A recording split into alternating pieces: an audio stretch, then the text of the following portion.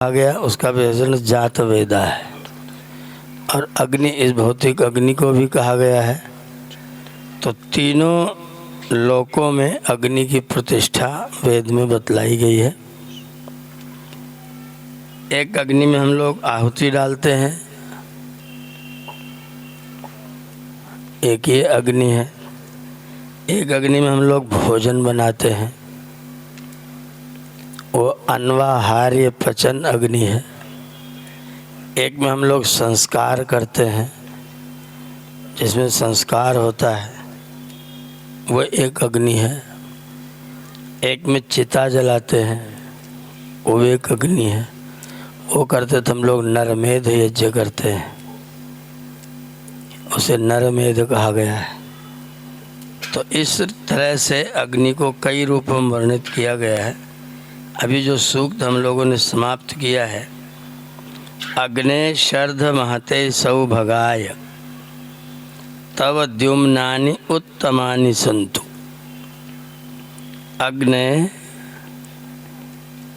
अग्नि को संबोधित करते हुए कहा गया।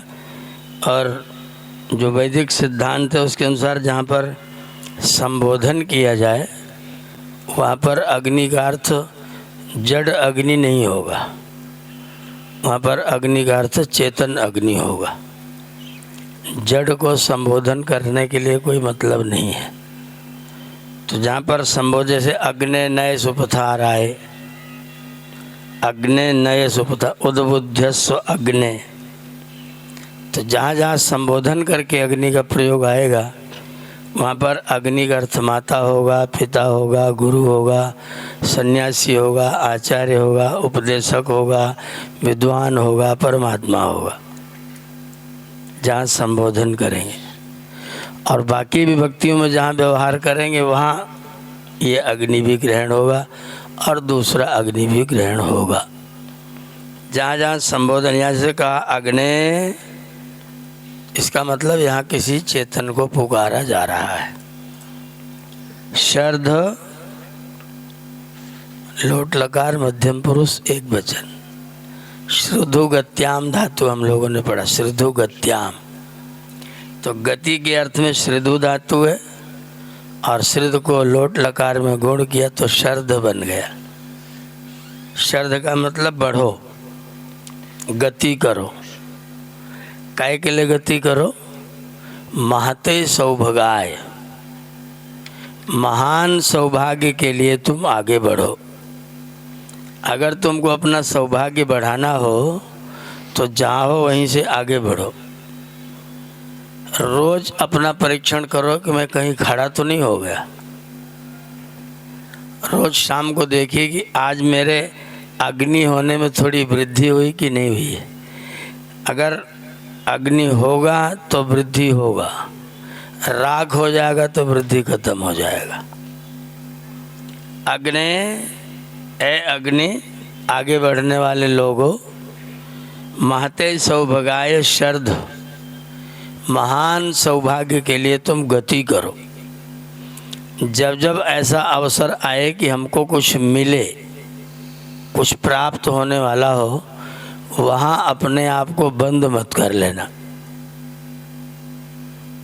मित्तल साहब ने तो अपने घर में ही बना रखा है, अब उनके घर में कौन जाएगा हवन करने के लिए? ये बात आई। व्यक्ति ने यह नहीं सोचा कि व्यक्ति ने अपने पैसे खर्च करके अपनी जमीन पर सार्वजनिक स्थान बना दिया, कोई उसका प्रयोग करे। इसके लिए धन्यवाद की भावना नहीं करता। वो कहता है अपने घर बना लिया, 4 मन घी का हवन करेंगे तो फायदा तो उन्हीं को होगा, तो हम वहाँ क्यों जाएंगे? हवन जहाँ होगा फायदा किसको होगा? तो मित्तल साहब को होगा, तो हम वहाँ क्यों जाएं? इसका मतलब दरवाज़ा खुल रहा है लेकिन अपने आप व्यक्ति बंद कर ले रहा है। बहाना मार दिया, हमको तो कहा ही नहीं। व्हाट्सएप पर कार्ड भेज रखा है, व्हाट्सएप कोई निमंत्रण होता है? ये हमारे साथ भी घटना होती रहती है। निमंत्रण भेजो और सब काम व्हाट्सएप पर चलेगा। पर निमंत्रण का कार्ड घर जाके देखे आओ, उस पर व्हाट्सएप नहीं चलेगा। हमने तो देखा ही नहीं, आपने भेजा होगा। हम व्हाट्सएप कहाँ चलाते, हम तो खोलते ही नहीं है, दिन भर व्हाट्सएप में रहता है। हमें जब अवसर मिलता हो, कहीं लगता हो कुछ मिलने वाला हो, कुछ ज्ञान, कुछ सत्संग, कुछ भक्ति, कुछ आहुति जमा करने का अवसर मिलने वाला हो, तो वहाँ पर निमंत्रण की प्रतीक्षा और अपना दरवाज़ा अपने आप बंद नहीं करना चाहिए। ये वेद का आदेश है, मैं अपनी बात आपको नहीं सुना रहा हूँ, सीधा शब्द दे करके आपको वेद का आदेश सुना रहा हूँ। वेद की धारा है ये। माते सौभाग्य शर्ध, अगर तुमको अपना सौभाग्य चाहिए तो ठहरो मत, आगे बढ़ो, शुरू हो जाओ, चलो। जहाँ मौका मिलता हो कुछ प्राप्त होने का, वहाँ पहुँच जाओ। अपना दरवाज़ा अपने आप खोलो। भाग्य की चाबी एक मैनेजर के पास रहती है और एक ओनर के पास रहती है। जैसे लॉकर की चाबी होती है ना बैंक में, उसकी एक चाबी मैनेजर के पास होती है, दूसरी चाबी ओनर के पास रहती है। और दोनों चाबियां लगेंगी तो लॉकर खुलेगा नहीं। तो मैनेजर ने तो लगा रखा है, ओनर बंद किए भाग रहा है। ऑनर चाबी नहीं लगा रहा है तो भाग्य का ताला कैसे खुलेगा? भाग्य की चाबी दोनों के पास है, ईश्वर के पास है और आपके पास है। अगर आपने बंद कर लिया तो मालिक खोल पाएगा, और आप लगाते रहो, मालिक की मर्जी ना हो तो भी नहीं खुलेगा। लेकिन मेरा मालिक ऐसा मालिक नहीं है, मेरा मालिक तो चाबी लगा के ही रखता है। बस ऑनर की कमी, ऑनर कब लगाएगा और उसका भाग्य का ताला खुलेगा। और आदेश भी दे रहा है, लगा चाबी, लगाता क्यों नहीं है? अग्ने शर्द माते सौभाग्य, तेरे सौभाग्य का दरवाजा खुला हुआ, तू खोलता क्यों नहीं है? पड़ा हुआ है आलस्य में, प्रमाद में, इधर उधर की प्रवंचना में पड़ा हुआ है, अपने आप को ही ठगता रहता है, दूसरों को नहीं ठगता, खुद को ही ठगता रहता है। अग्नेश मंत्र पढ़ रहे थे तो मुझे थोड़ा सा अंदर से वो गदगद जैसा भाव महसूस हो रहा था, आंखें गीली हो जाती हैं। प्रभु स्वयं चाबी लगा के बैठे हैं और प्रतीक्षा कर रहे हैं कि तू भी अपनी चाबी लगा ले। हम अपनी चाबी बंद करके बैठे, हम बहुत बिजी हैं। हमने कहा कर क्या रहे हैं? बोले काम तो कुछ नहीं है, काम तो कुछ नहीं, वक्त काट रहे हैं। कमाल है, बिजी है और वक्त काट रहा है। काम तो वैसा कुछ नहीं है पर बिजी बहुत ज़्यादा है। अग्ने शर्द माते सौभाग्य, तव द्युम्नानि उत्तमानि सन्तु, तेरे द्युम्न उत्तम होने चाहिए। द्युम्न क्या है? द्युम्न का मतलब होता है विचार, यश। तुम्हारा यश कैसा होना चाहिए? उत्तम। तुम्हारा विचार कैसा होना चाहिए? तव द्युम्नानि उत्तमानि, नेगेटिव वाला नहीं, नकारात्मकता वाला नहीं। हम नकारात्मक विचार लेकर के घूमते रहें, कोई व्यक्ति उन्नति कर रहा और आप उसके प्रति नकारात्मक सोचते रहें तो क्या होगा? किसी ने मोदी जी से पूछा कि आप इतने स्वस्थ कैसे रहते हैं? बोले मैं 2.5 किलो तो रोज गाली खाता हूँ, इसलिए मेरी बॉडी बिल्कुल ठीक रहती है। कार्य करने वाला व्यक्ति कोई क्या कहेगा इसकी चिंता बिना किए, तव द्युम्नानि, तुम्हारे विचार उत्तम होने चाहिए। दुनिया क्या सोच रही है, सोचने के लिए वो फ्री है, वो स्वतंत्र है, भगवान ने उसको स्वतंत्र जीव बनाया हुआ है, वो कुछ भी सोचे, लेकिन तुम्हारे अपने द्युम्न उत्तम होने चाहिए। माते सौभाग्य शर्द, तव द्युम्नानि उत्तमानि सन्तु, समजास्पत्यम सुयमम आकृणस्व। जास्पत्यम, जाहपत्यम, जा माने संतान, पत्यम माने स्वामी, तो जास्पत्य माने संतानों का स्वामित्व। अपने पुत्रों को, अपने पुत्रियों को, अपने शिष्यों को, अपने मित्रों को, अपने से छोटे लोगों को सुयमम आकृणस्व, उनको सुंदर प्रयत्नशील बना के रखो। उन्हें भी प्रेरित करते रहो कि बेटा ये भी कर ले, बेटा ये भी कर ले, ये भी पढ़ ले, ये भी पढ़ ले, ये भी सुन ले, ये भी सुन ले। नानक चंद कोतवाल जी ने अगर मुंशी राम जी को, महर्षि दयानंद को सुनने के लिए न कहा होता तो स्वामी श्रद्धानंद जैसा व्यक्तित्व आपके देश को प्राप्त न हुआ होता। अगर मूल शंकर के पिताजी ने उनको व्रत करने के लिए न कहा होता, माताजी मना कर रही थी 14 साल का लड़का तुम भूखा प्यासा रखोगे, इसे खाने पीने, अभी तो बच्चा है, अभी तो बच्चा भी व्रत रखने की कोई ज़रूरत नहीं है। पिताजी ने कहा बेटा रात को भगवान दिखाई दे जाते हैं, हाँ बिल्कुल रखूँगा, मैं तैयार हूँ। जास्पत्यम सुयमम आकृणस्व, अपनी संतानों को सदैव सन्मार्ग में प्रेरणा देते ही रहना। उनसे जितनी मेहनत कराओगे उतना ही कल्याण है, आराम करवाने की कोई ज़रूरत नहीं है। अपनी संतानों को आराम करवाने की कोई ज़रूरत, श्रम करवाओ, मेहनत करवाओ, और सब तरह का शारीरिक भी बौद्धिक भी जितने काम में लगा के रखो, लगा के ही रखो, इनको आराम मत करने दो। ये वेद का आदेश है। जास्पत्यम सुयमम आकृणस, अपने प्रजापतित्व को प्रयत्नशील बनाओ, नहीं तो तुम्हारी प्रजा बिगड़ जाएगी, फिर तुम प्रजापति नहीं रह जाओगे।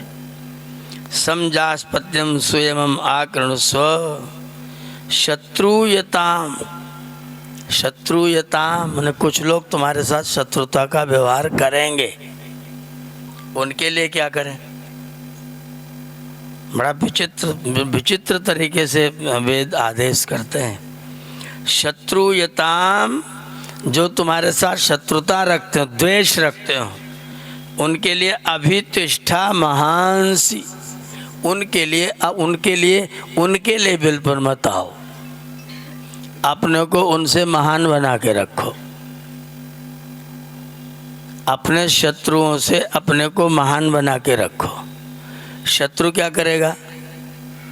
तुमको अपने लेवल पर लाने की कोशिश करेगा। जो द्वेषी व्यक्ति होगा वो आपको क्या करेगा? जो नहीं पढ़ रहा होगा वो पढ़ने वाले विद्यार्थी को क्या करेगा? तू क्यों पढ़ रहा है?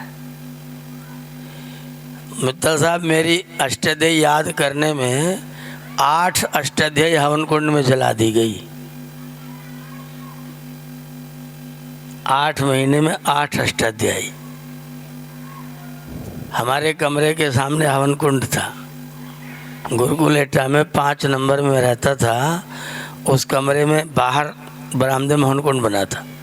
तो ठंड में, यज्ञशाला में ठंड लगती थी तो बरामदे में हवन होता था, और हवन के बाद रात को मेरी अष्टाध्यायी हवन कुंड में रख दी जाती थी। 2-2 साल के, 3-3 साल के लोग थे जो अष्टाध्यायी याद नहीं कर पा रहे थे। और गुरुकुल में नियम था कि कक्षा 9 में तब जाओगे जब अष्टाध्यायी कंठस्थ हो जाएगी। परीक्षा कुछ नहीं, अष्टाध्यायी सुना दो, कक्षा 9 में प्रवेश हो गया। अष्टाध्यायी याद नहीं, कक्षा 9 में नहीं जाओगे, चाहे पूरी जिंदगी गुरुकुल में रहोगे 8वीं में। तो मेरी अष्टाध्यायी उठा के हवन कुंड में रख देते थे। ये बहुत आगे बढ़ रहा है, इसके अष्टाध्यायी खत्म कर दो। तो क्या करेंगे वो लोग? आपको अपने लिए, तू क्यों आगे पढ़ रहा है? मैंने अयोध्या गुरुकुल में पढ़ाना शुरू किया 3 जुलाई 2006 को। गुरुकुल अयोध्या में पढ़ाने गया। वहाँ सवेरे से लेकर के 10 बजे तक बच्चों से कोई कुछ बोलता ही नहीं। 9:30 बजे नाश्ता मिलेगा, उससे पहले कोई आचार्य, कोई संरक्षक बच्चों से कोई कुछ नहीं कहेगा। बच्चे सो रहे हैं तो सो, जग रहे हैं तो जगो। 9:30 बजे नाश्ता में पहुँच जाना, 10 बजे विद्यालय पहुँच जाना। सरकारी मान्यता प्राप्त है, विद्यालय 10 बजे लगेगा। मैंने सोचा कि सुबह का इतना प्यारा टाइम बच्चों का खराब हो रहा है। गुरुकुल में रहते हैं और उनका सारा टाइम ऐसे ही गुजर जा रहा है। मैंने घंटी बजा करके प्रार्थना करवा के व्यायाम करवा के और करेक्ट 8 बजे से पढ़ाना शुरू कर दिया। विद्यालय लग गया 8 बजे। अब जो अध्यापक वहाँ पर थे उनको पूरा एकदम से खलबली हो गई। एक अध्यापक तो मुझसे कह ही दिया उन्होंने, बोले तुम जो है हम लोगों के दुश्मन हो। मैंने कहा भाई ऐसा तो मैंने कोई ऐसा कर्म तो नहीं किया दुश्मनी वाला। बोले तुम 8 बजे क्यों पढ़ाते हो बच्चों को? मैंने कहा मैं अध्यापक हूँ भाई, अध्यापक का काम क्या है?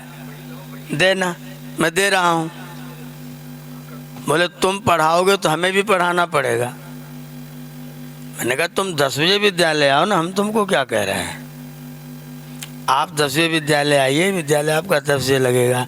उससे पहले मैं बच्चों को पढ़ा रहा हूँ, किसी को पाठ दे दिया, किसी को पढ़ा दिया, किसी का सुन लिया, किसी मतलब सब बच्चों को मैंने विद्यालय में बिठा दिया। कह रहे तुम पढ़ाओगे तो हमें पढ़ाना पड़ेगा। मैंने कहा मत पढ़ाओ, कोई तुमको नहीं कहेगा। बोले तुम न पढ़ाओगे हम नहीं पढ़ाएंगे, बच्चे तुम्हारी बात मानेंगे हमारी नहीं मानेंगे। मैंने कहा तो फिर तुम भी पढ़ाओ। अगर बच्चों से बात मनवानी हो तो तुम भी पढ़ाओ। बोले नहीं हम 10 बजे पहले आ नहीं सकते हैं, हम क्यों 10 बजे पहले आएंगे। मैंने कहा तो फिर मुझे पढ़ा लेने दो, मुझे शाबाशी दो कि मैं तुम्हारा काम कर रहा हूँ। नहीं नहीं नहीं ये नहीं चलेगा, आप बंद कर दीजिए। और मैं 33 दिन बाद गुरुकुल छोड़ करके नया गुरुकुल खोला मैंने अपना। नहीं करने दी, नहीं करने दी। शत्रु जो तुमसे द्वेष करेगा वो तुमको अपने आगे नहीं रहने देगा, आप अपने लेवल पर खींच के नीचे को लाएगा, अपना उठेगा नहीं, तुमको उठने देगा नहीं। और वेद क्या कह रहे हैं? जो तुम्हारे प्रति द्वेष करता है उनके प्रति तुम छोटे मत बन जाना, तुम महान बन जाओ। वो तुम्हारी निंदा करे तो तुम भी उसकी, तब तो बराबर ही हो गए।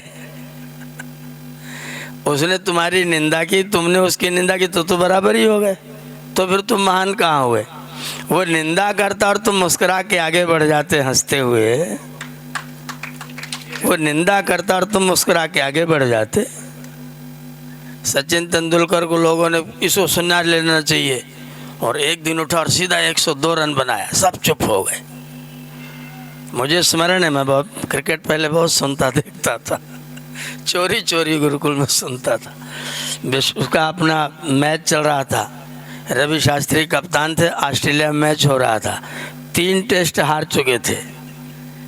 चौथे टेस्ट में महिलाओं ने भारत से रवि शास्त्री के लिए चूड़ियां भेजी। महिलाओं ने भारत से पैकेट बना बना के ऑस्ट्रेलिया चूड़ियां भेजी, और जब चूड़ियां भेजी तो रवि शास्त्री 300 रन बना के खेल रहे थे। जब चूड़ी पहुंची वहां तो उत्तर मुंह से दे कि कार्य से दे। अभी तो ये सूत्र याद करने के हैं। शत्रु तुमको नीचे ला करके अपने लेवल पर लाने की चेष्टा करेगा, तुम्हें उसके सामने महान बनना है।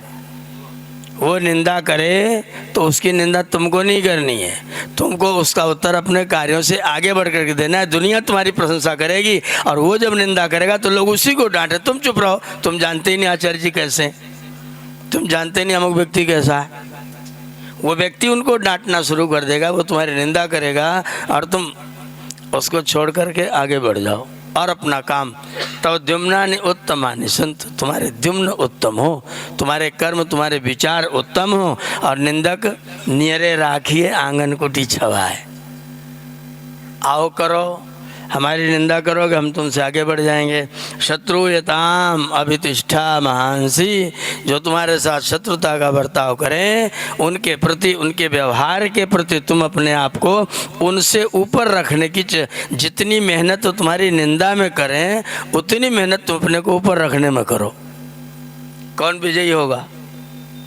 ये वेद का उपदेश है। ये वेद भगवान इस तरह उपदेश करते हैं, शत्रुयताम अभितिष्ठा महांसी, जो तुम्हारे साथ शत्रुता का व्यवहार करें उनके प्रति तुम महान बनने की चेष्टा करो, अपने आप को आगे बढ़ाओ। उनके कहने की चिंता, सुनने की चिंता, उनको जवाब देने की भी चिंता बिल्कुल करने की आवश्यकता नहीं है। आप अपने कार्य से और आगे बढ़िए। वो तुम्हारे एक कार्य की निंदा करे, तुम उस कार्य को 3 गुना करो। कार्य उत्तम होना चाहिए। द्युम्नानि उत्तमानि सन्तु, तुम्हारे कार्य उत्तम होने चाहिए। ऐसे नहीं कि तुम्हारी चोरी की निंदा करे तुम ट्रिपल चोरी करो ऐसा नहीं। तो द्युम्नानि उत्तम, तुम्हारे अपने कार्य उत्तम होने चाहिए। खराब कार्य को 3 गुना नहीं करना। आपके द्युम्न उत्तम हो तो जो तुम्हारे साथ फिर द्वेष फिर भी करेंगे लोग। ऐसा कभी हो नहीं सकता कि तुम बहुत अच्छा काम करो और सब तुम्हारी प्रशंसा करें, हो ही नहीं सकता। इसकी अपेक्षा कभी रखना नहीं। तुम कितना ही अच्छा काम करो, कोई निंदा करेगा, कोई प्रशंसा करेगा, कोई स्तुति करेगा, कोई मित्रता करेगा, कोई छोटा बन के तुम्हारे साथ आकर के सहयोग में जुट जाएगा। हमारे साथी लोग जैसे यहाँ जुटे हुए हैं, सवेरे सवेरे झाड़ू पोंछा सब करके बिल्कुल एकदम काम, कार्यकर्ता लोग सब काम करते रहते हैं। कोई आकर के काम संभाल लेगा, कोई आके सहयोगी बन जाएगा, कोई दूर दूर रहेगा और वह इधर उधर की सुनाएगा। ऐसा सोचेगा। अपने उत्तम कार्यों को और तेजी से करना प्रारंभ कर दो। दुनिया निंदा करेगी, बाद में यही दुनिया आपकी प्रशंसा करेगी, आपका गुणगान करेगी। शत्रुयताम अभितिष्ठा अग्ने शर्द महते सौभगाय तव द्युम्नानि उत्तमानि सन्तु समजास्पत्यम सुयमम आकृणुस्व शत्रुयताम अभितिष्ठा महंसी। जो शत्रुता का भाव रखें, द्वेष करें, उनके प्रति तुम अपने आप को उनके लेवल पर ना आओ। अपने आप को उनके सामने महान बनाने के लिए अपने उद्यम को और ज़्यादा बढ़ा दो। वेद पाठ कम डेसिमल पर करते हो, 40 पर तो 80 पर करना शुरू कर दो। दिन में 1 बार हवन करते हो तो 2 बार करो। भजन धीरे से गाते हो तो और जोर से गाओ। अपने कार्य को आगे बढ़ाओ, अपने कार्य को उत्तम रखो और चिंता करने वालों के प्रति चिंता करने की कोई ज़रूरत नहीं है। ये वेद का संदेश है। ये मंत्र पढ़ा तो मैंने उसका इस पर चर्चा होनी चाहिए। अग्ने शर्द महते सौभगाय तो द्युम्नानि उत्तमानि सन्तु। ये 5, 28, 3 इसकी संख्या है मंत्र की। 5वां मंडल 28वां सूक्त का 3रा मंत्र अग्नि शर्द माते सौभगाय। आइए आगे मंत्रों सब लोग आहुतियाँ प्रदान करेंगे। ओम विश्वानि देव